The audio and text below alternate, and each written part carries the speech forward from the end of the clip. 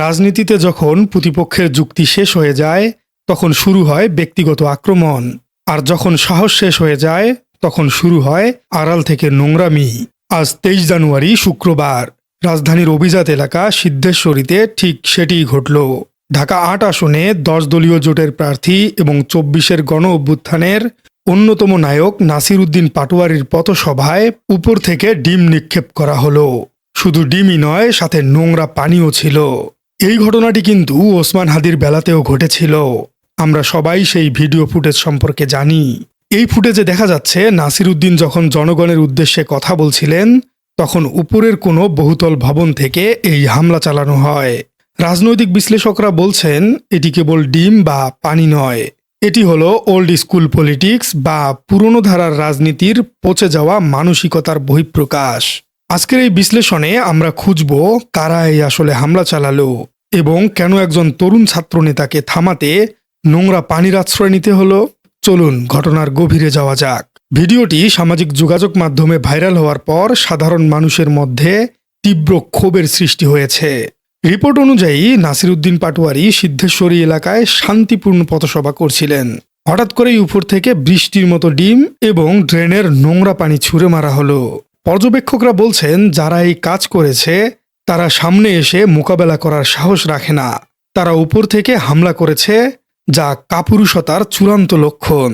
ঢাকা ৮ আসনটি এবার VIP ballot field. একদিকে বিএনপির হেভিওয়েট নেতা মির্জা আব্বাস, অন্যদিকে তারুণ্যের প্রতীক নাসির উদ্দিন। মাঠের জরিপ বলছে নতুন ভোটারদের মধ্যে নাসির উদ্দিনের জনপ্রিয়তা প্রচুর বাড়ছে। আর ঠিক এই সময়ই এমন হামলা প্রমাণ করে যে প্রতিপক্ষরা নার্ভাস হয়ে পড়েছে। তারা বুঝতে পারছে ব্যালটের লড়াইয়ে তরুণদের আটকানো কঠিন হতে পারে। রাজনীতির ইতিহাসে দেখা গেছে জননেতাদের উপর এমন হামলা প্রায়শই হিতে বিপরীত হয়ে যায়। এই বিষয়টিকে বলা হয় সিম্প্যাথি ওয়েভ। বিশ্লেষকরা মনে করছেন আজ নাসির উদ্দিনের উপর যারা নোংরা পানি ছুঁড়েছে তারা অজান্তেই তাকে সাধারণ মানুষের কাছে আরও গ্রহণযোগ্য করে তুলেছে। জনগণ ভাবছে যে ছেলেটি দেশের জন্য রাজপথে রক্ত দিতে প্রস্তুত ছিল তাকে থামানোর জন্য আজ ডিম মারা হচ্ছে। এই ঘটনা এনসিপি এবং ১০ দলীয় জোটের কর্মীদের মনোবল ভাঙবে না, বরং আরও দ্বিগুণ শক্তিতে মাঠে নামতে উদ্বুদ্ধ করবে। নাসির উদ্দিন পাটোয়ারি নিজেও হামলার পর দমে যাননি। তিনি স্পষ্ট ভাষায় বলেছেন, এসব করে আমাদের থামানো যাবে না। তার এই ঘুরে দাঁড়ানোর মানসিকতাই তাকে প্রথাগত রাজনীতিবিদদের চেয়ে অনেক আলাদা করে রেখেছে। সিদ্ধেশ্বরীর মতো গুরুত্বপূর্ণ এবং জনবহুল এলাকায় যদি একজন প্রার্থীর উপর এমন হামলা হয় তবে এর দায়ভার কে নিবে? আইনশৃঙ্খলা বাহিনী এবং নির্বাচন কমিশনের কাছে এটি একটি বড় প্রশ্ন। আজ ডিম মারা হয়েছে, কালকে যে উপর থেকে ইট বা পাথর মারা হবে না তার গ্যারান্টি কি?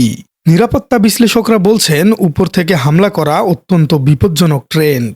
পুলিশকে অবিলম্বে সিসিটিভি ফুটেজ দেখে এই দুষ্কৃতকারীদের শনাক্ত করতে হবে, না হলে ভোটের পরিবেশ বিষিয়ে উঠবে। পরিশেষে আজকের এই ঘটনা একটি পরিষ্কার বার্তা দিচ্ছে।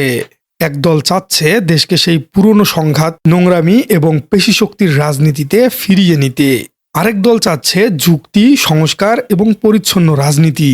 সিদ্ধেশ্বরীর রাস্তায় আজ যে নোংরা পানি পড়েছে তা কি নাসির উদ্দিনের শার্ট নোংরা করেছে, নাকি যারা ছুঁড়েছে তাদের রাজনৈতিক দেউলিয়াত্বকেই উন্মোচন করেছে? কমেন্টে জানিয়ে দিন আপনার মূল্যবান মতামত। আর আপনার রাজনীতি চ্যানেলে নতুন হয়ে থাকলে চ্যানেলটি সাবস্ক্রাইব করার অনুরোধ থাকলো। দেখা হচ্ছে পরবর্তী কোনো ভিডিওতে।